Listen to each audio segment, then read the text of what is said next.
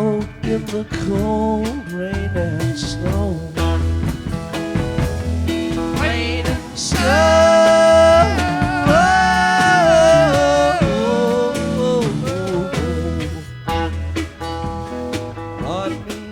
Out in the cold rain and snow.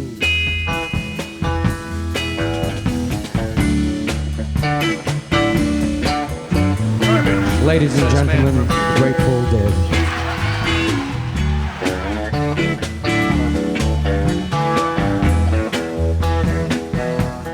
Well, she's coming down the stairs, combing back her yellow hair.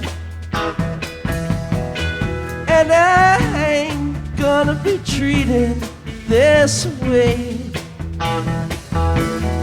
This way.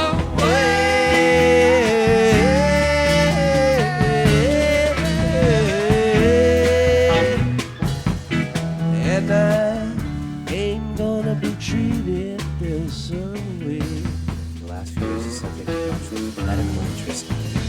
I was induced to commence in 1855 a series of comparative inquiries respecting the action of oxide of zinc in epilepsy, chorea, mild hysteria, paralysis, and lead palsy, cases of exhaustion from excessive mental exertions, and another peculiar chronic disorder of the nervous system which is the subject of the present treaty. It soon became obvious that in certain of the above diseases the treatment adopted effected a complete recovery or was attended by a very marked improvement, that in others it was followed by no material benefit, and even in a few instances of hysteria was open to objection. I observed that this substance was most remarkably beneficial when given to patients suffering from chronic disorder of the nervous system, characterized by sleepiness, giddiness, headache, flying specks passing before the eyes, musculae dilatantes, noises in the ears, tinnitus aurium, hallucinations, trembling, and want of coordination of the voluntary motions. The disease became frequently accompanied by a morbid condition of the organs of digestion.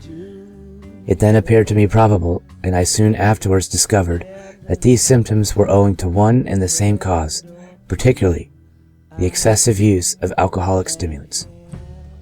I now commenced a series of investigations as to the property of oxide of zinc in controlling and curing the disorder in question, taking notes of the symptoms and other particulars of the cases of this affection admitted under my care at the Westminster Hospital.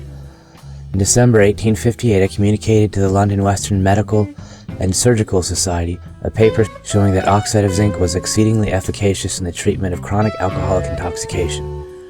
And abstracts of this paper were published shortly afterwards in the Medical Times Gazette, footnote, February 12, 1859, end footnote, and in the Lancet, footnote, April 2, 1859, end footnote.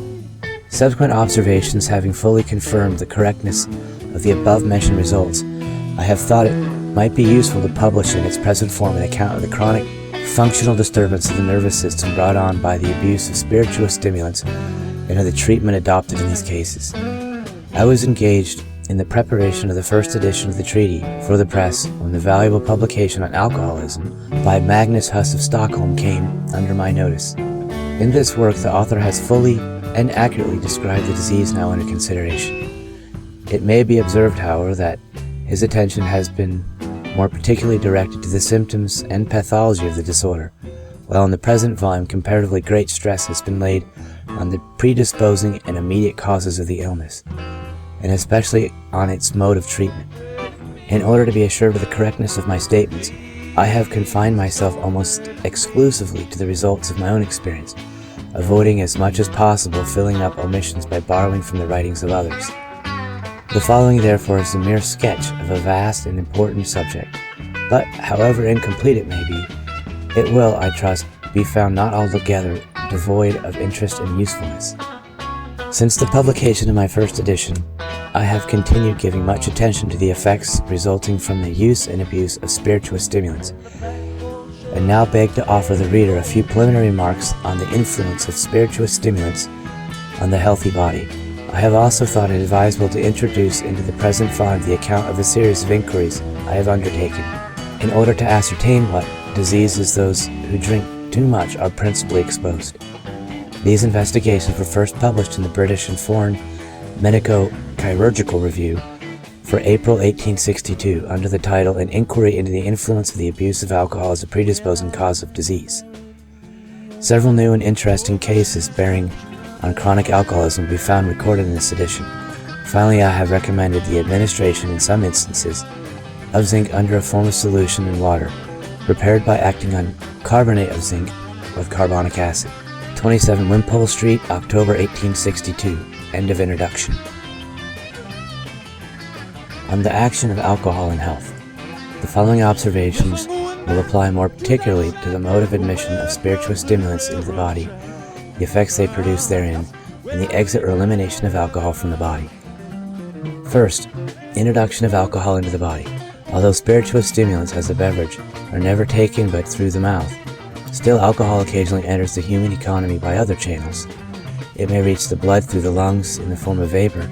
Very probably also small quantities pass through the skin into the circulating fluid.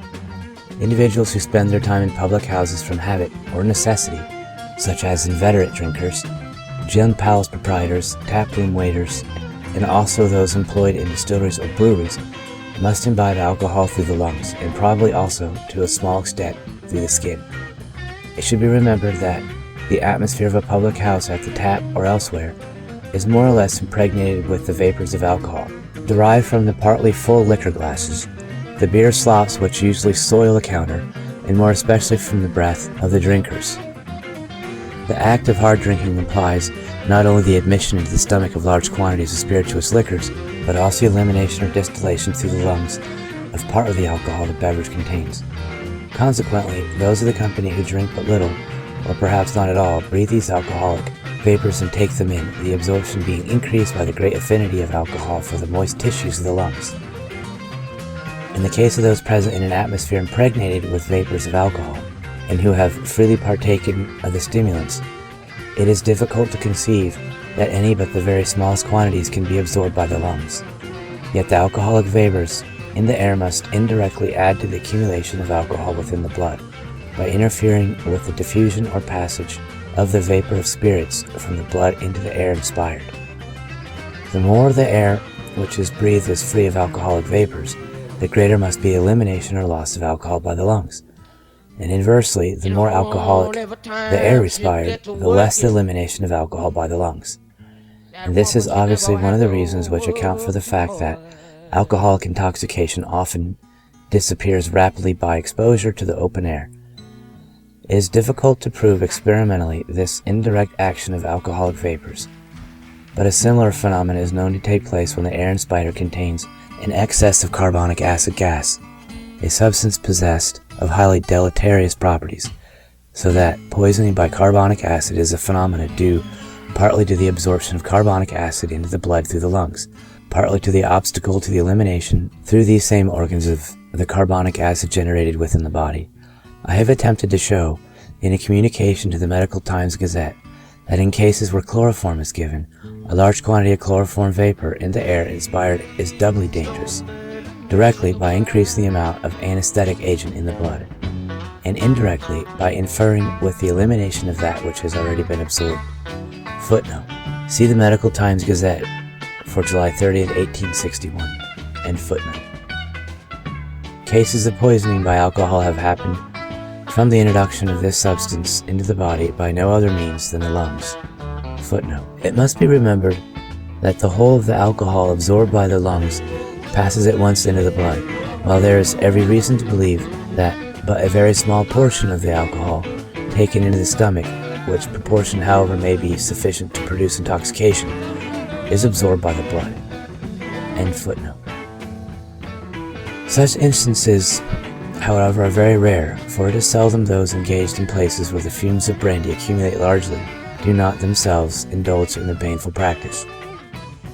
And moreover, it must be admitted that but few individuals are sufficiently predisposed to alcoholic poisoning to be affected merely by the vapors of alcohol. I have witnessed the following instances of disease, owing in all probability to the introduction of alcohol into the blood through the lungs.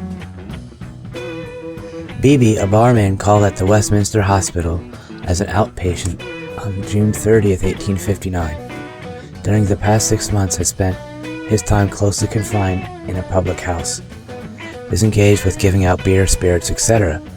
from 8 in the morning till 11:30 p.m., Sundays included. He has not taken to the habit of drinking, his allowance being half a pint of beer daily, and half a quartern of spirits once a week or a fortnight. He says he cannot take a pint of ale without feeling unwell after it. Previous to being employed in a public house, he never suffered from the symptoms which occasioned his visit to the hospital, and could drink a pint and a half of beer without inconvenience. He then followed the trade of a blacksmith, and his health was quite good in every respect. Now complains of general nervous uneasiness, and is subject to a slight trembling in the evening when in the sitting posture. There is occasionally a sensation of numbness in the hands and of formication in the legs. Perceives noises in the ears and is affected with temporary deafness, and is not troubled with hallucinations.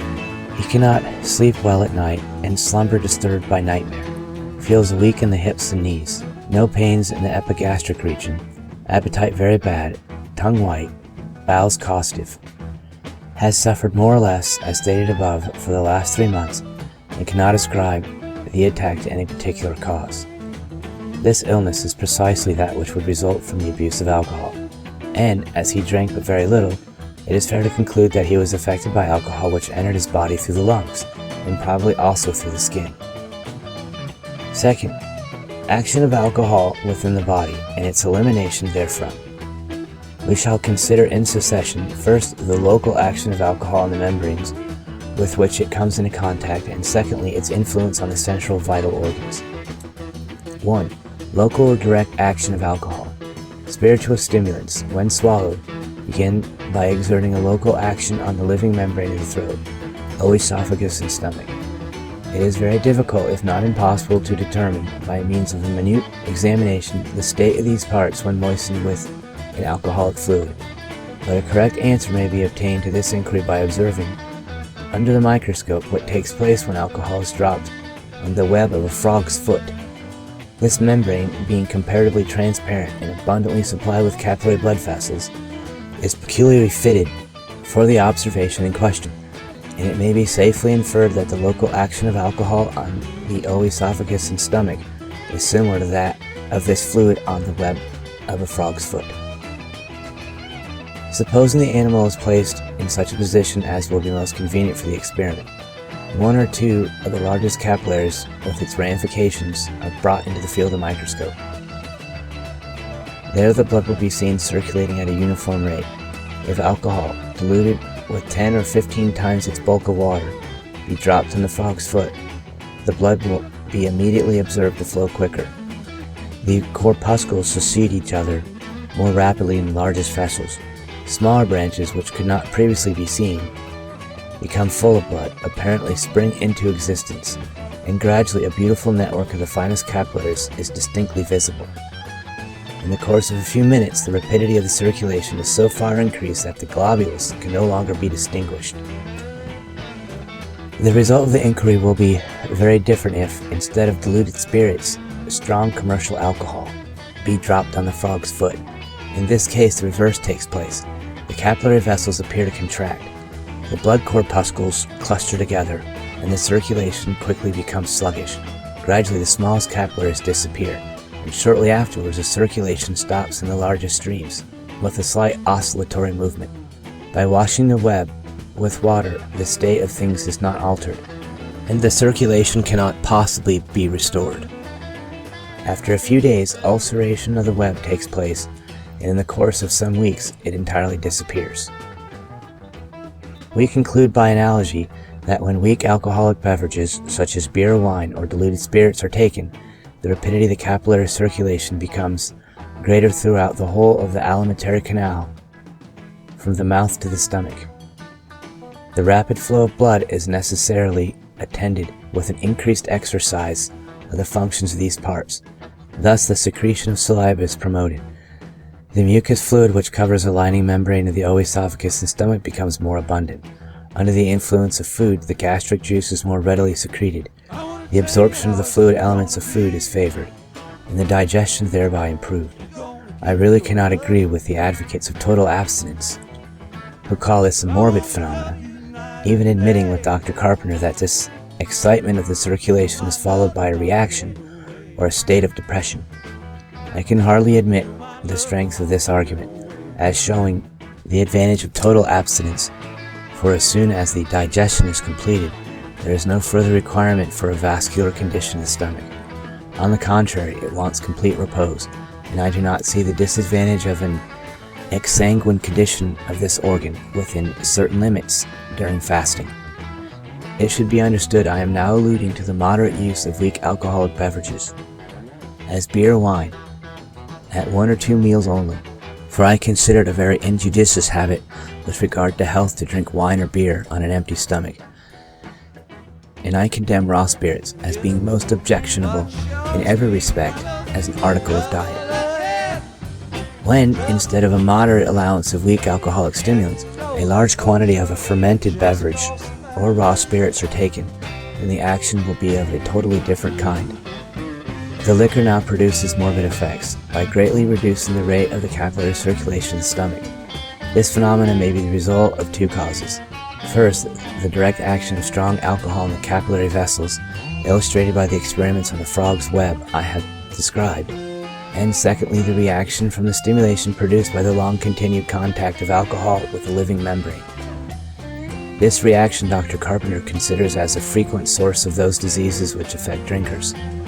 After the moderate use of alcoholic stimulants, especially on an empty stomach, the secretion of mucus will be checked, mucous membranes being thereby deprived of their principal protection against the baneful effects of strong spirits. Next, the healthy process of nutrition of the stomach will be modified, the organ losing part of its vitality and becoming exposed to suffer from the chemical action of alcohol on dead animal tissues. Finally, the same loss of functions or deficiency of the vis natura of the stomach is in itself a condition of disease and favors the development of a variety of morbid affections, perhaps allied to the phenomena of gangrene from the stoppage of the circulation after the ligature of a blood vessel. It is but a natural consequence of this depressed state of the circulation under the influence of strong alcohol or of the long-continued abuse of weaker stimulants that the sensibility and motility of the part affected should become diminished. Sensation and motion in a part cannot take place if its circulation be arrested. Thus, for example, by placing a ligature round the thoracic aorta of a dog. An operation I have performed on several occasions, the sensation and motion of the animal's body posterior to the ligature immediately and entirely disappear, although the nerves which supply these parts are left undisturbed. Therefore, if under the morbid influence of alcoholic stimulants the circulation of the stomach is checked, partly or entirely, the sensibility and motility of this organ much diminish. When spirituous beverages are drunk in excess at meals, various circumstances contribute to lessen the injurious influence. First, the food the stomach contains mixes with the alcoholic fluid, preventing its rapid action on the stomach and at the same time diluting it by the addition of the water the meat, vegetables, and other solid ingesta contain.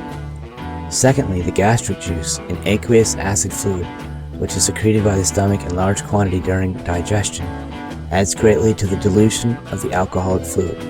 Third, the flow of saliva, a secretion consisting of little more than pure water, taking place actively during meals, likewise assists in diluting spirituous stimulants in the stomach.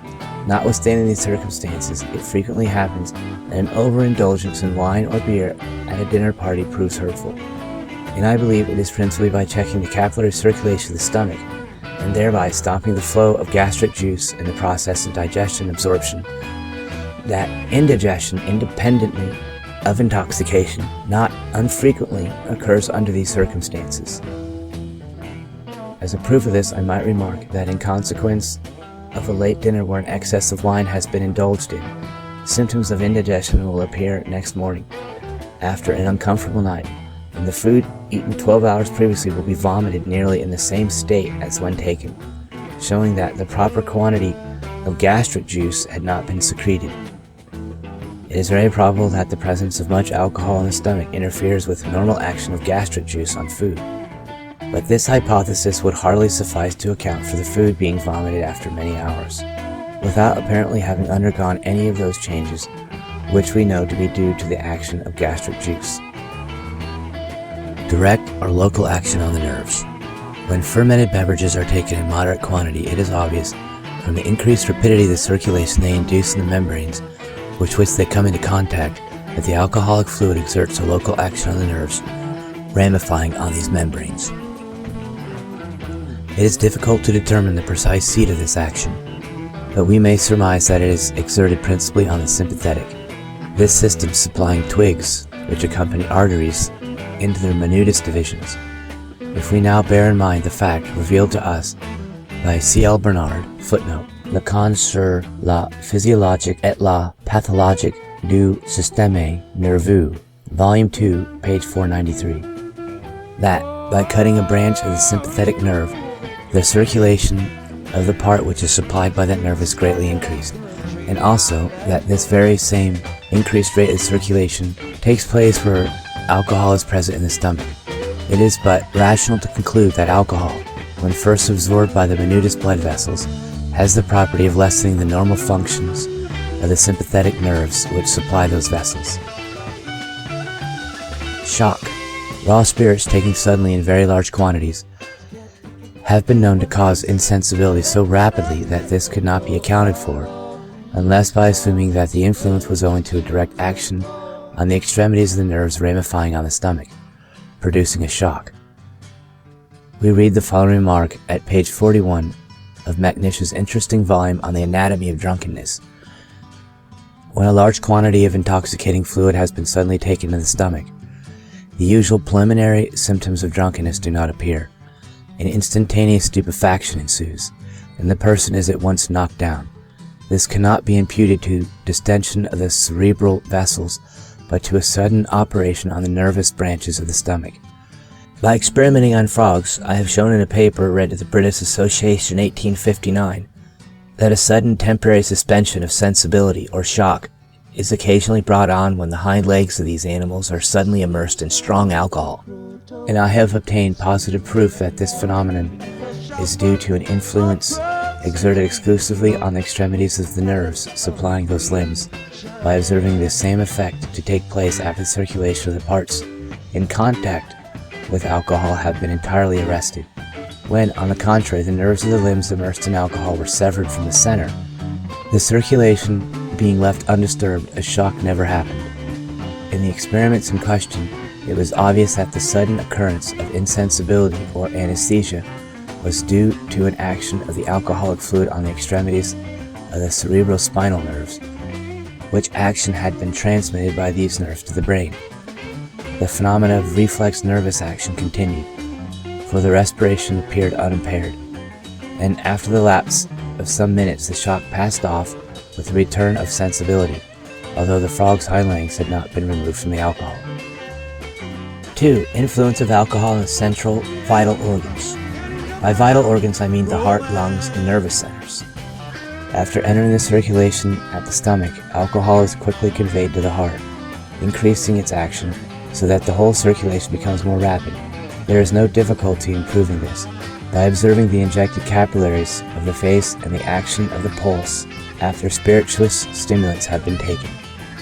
At the same time, as a natural consequence of the increased circulation, the respiration becomes quicker, and the secretions, especially that of the kidneys, are excited.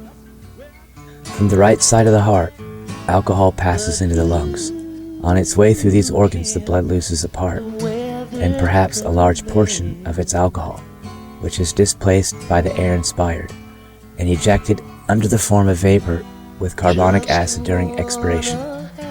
This passage of alcohol through the delicate membrane of the lungs, conjointly with the increased action of the heart, keeps the pulmonary circulation in a perpetual abnormal state of excitement, and the lungs become thereby greatly predisposed to disease. The elimination of alcohol from the blood by the lungs is easily demonstrated experimentally by breathing through a solution of chromic acid, after having taken an alcoholic beverage, when the red chromic acid solution turns green. The proportion of alcohol expired under the form of vapor must, however, be very small, in comparison with that which has been swallowed, as may be safely inferred from the following experiment. Messrs. Lallemande, Perrin, and Duroy, footnote, du rôle de l'alcool et des anesthésiques dans l'organisme, 1860, end footnote, endeavored to collect the alcohol expired by the lungs of 4 men who had each of them taken 100 grams, rather more than 3 ounces of brandy. Although for this purpose a condensing apparatus of 27 feet in length was used, kept at the temperature of the freezing point, and the experiment made to last 4 hours, still the fluid obtained the condenser after being submitted to double rectification on quicklime exhibited but a very weak alcoholic smell and was not inflammable. This shows that it is an error to conceive that the whole of the alcohol drunk, or even the greater part of it, passes off by the lungs, although it is highly probable that the whole of the alcohol which has been absorbed into the blood is, after a certain time, nearly entirely expired. Footnote. A small proportion of the alcohol which has passed into the blood is eliminated through the skin, and then the urinary secretion. Lallemant, Perrin, and Duroy. This evaporation of alcohol from the skin has been demonstrated experimentally to the Society of Arts by Dr. Edward Smith, who has given much attention to the physiological action of alcohol stimulants. See Journal of the Society of Arts for January 18, 1861, and the cyclical changes in the human system. End footnote. I cannot help believing that by far the greatest proportion of the alcohol taken by habitual drinkers is not at all absorbed into the blood, but, after undergoing certain chemical changes, is eliminated through the intestines with the other excreta. The alcohol remaining in the blood, after circulating through the lungs, is now conveyed to the brain and spinal cord and the other parts of the body. There exists in the substance of the brain a well-known power of attraction for alcohol, causing this fluid to be taken up by the cerebral matter and accumulated therein. Each portion of the blood circulating through the brain and other nervous centers, yielding to them an additional quantity of alcohol. This fact has been discovered by Dr. Piercy. Footnote. An experimental inquiry concerning the presence of alcohol in the ventricles of the brain, 1839. End footnote. And confirmed by Messrs. Lallemant, Perrin, and Duroy. The attraction of nervous matter for alcohol would lead us to believe that alcohol acts on the cerebrospinal centers, from its being absorbed into the circulation at the stomach and carried to the brain and spinal cord by the blood.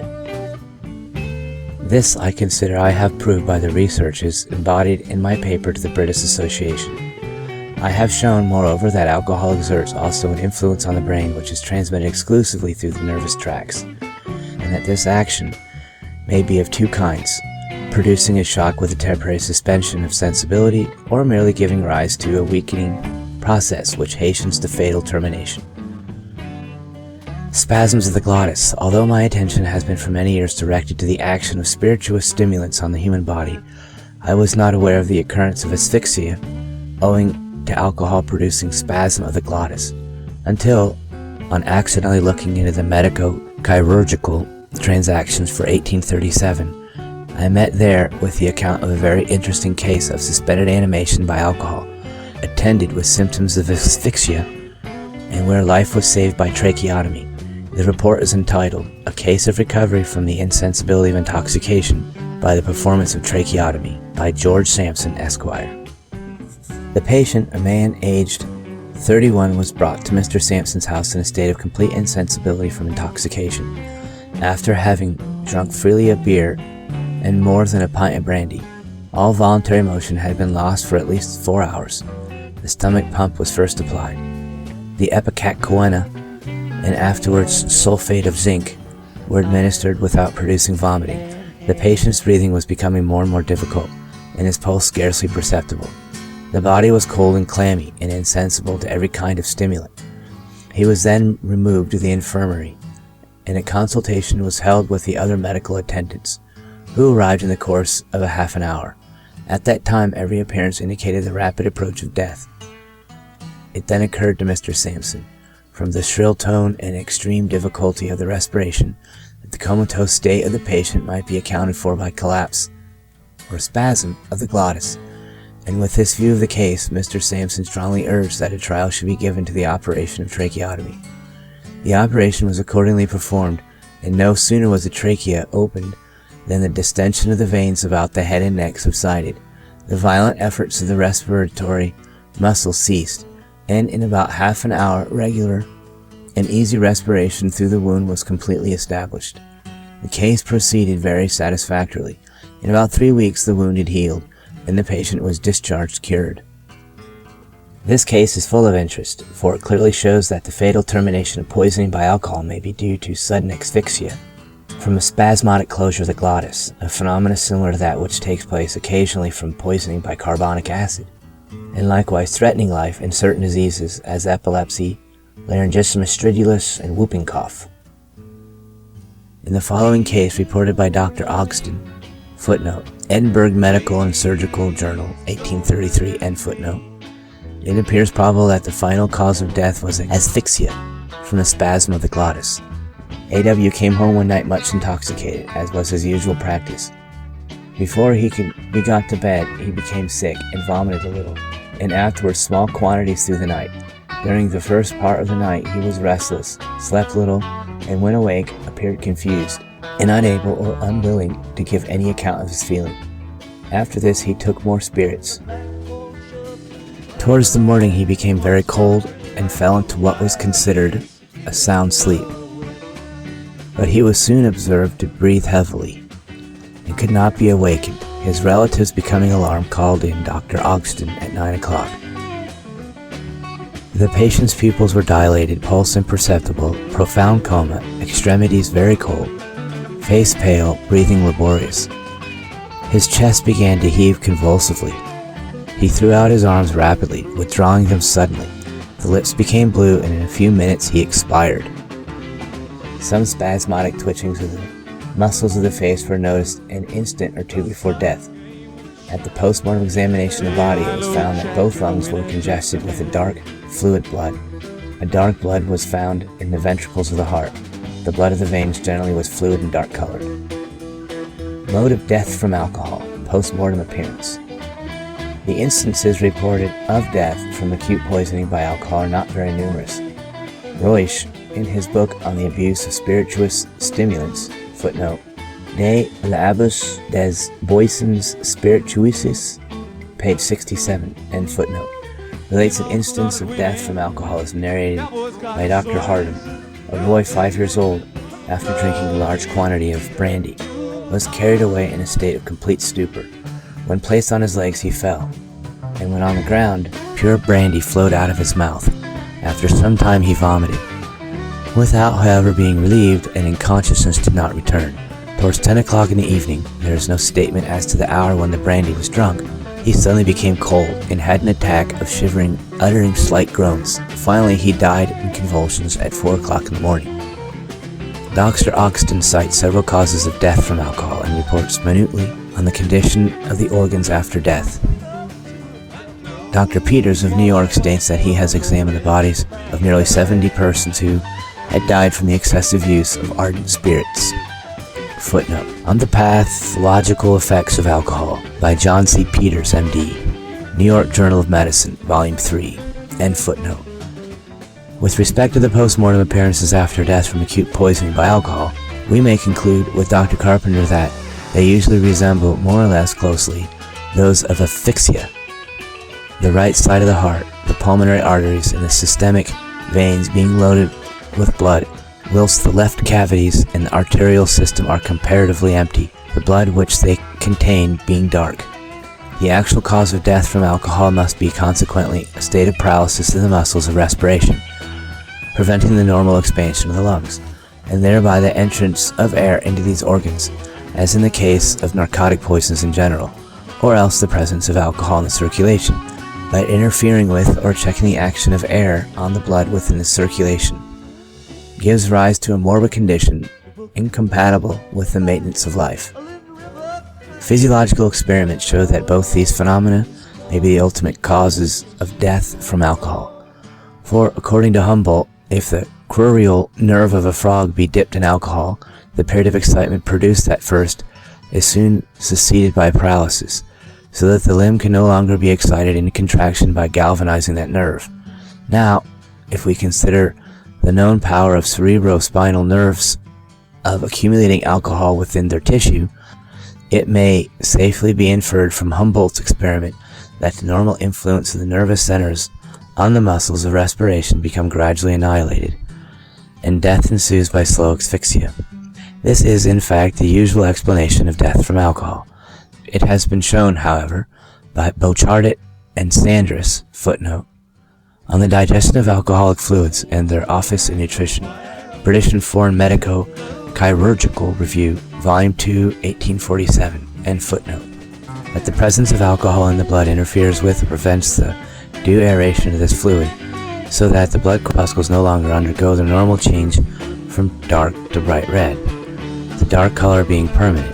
It should seem, therefore, that although oxygen is absorbed from the air, as in the normal process of respiration, yet it fails to act on the blood corpuscles, bringing on a condition perfectly similar to that resulting from asphyxia. Admitting that, in some cases, death results from the impediment offered by alcohol to the influence and oxygen on the blood corpuscles, this would explain the occasional occurrence of spasms of the glottis. For in those conditions which prevent the normal action of air upon the blood corpuscles, as in the case of asphyxia, from drowning, spasm of the glottis occurs, and even a secondary contraction of the glottis may take place during recovery from drowning. Footnote: see a letter by the author to the Medical Times Gazette for February 1857, end footnote. End of section 1. I remember right well, good night, good night. Well, it's right that the sun sets up for me. Good night, good night. Hey, that is the shadow of death. Good night, good night. I walking in Jerusalem just like John. Good night, good night. I remember right well, I remember right well. Good night, good night, good night. Lay down, my dear brothers, lay down and take your rest. I want you to lay your head upon your Savior's breast. I love you, oh, but Jesus loves you the best. And I bid you good night, good night, good night. And I bid you good night, good night, good night. And I bid you good night, good night, good night.